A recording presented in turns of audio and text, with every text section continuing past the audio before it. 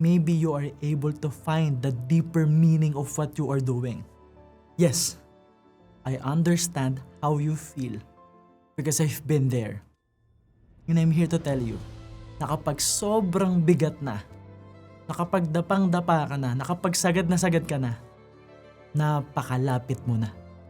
Na pag nalampasan mo yung mabigat na nararamdaman mo ngayon, kapag kaya mo pa rin magpasalamat sa nasa taas kahit sobrang bigat ng pinagdadaanan mo ngayon, kung kaya mo pa rin gumawa ng tama kahit puro mali yung sinasabi nila sa'yo, kung tuloy-tuloy ka pa rin sa paggawa ng mabuti sa mga tao, malapit mo nang makuha yung mga pangarap mo. So I'm gonna ask you again, ngayon ka pa ba susuko?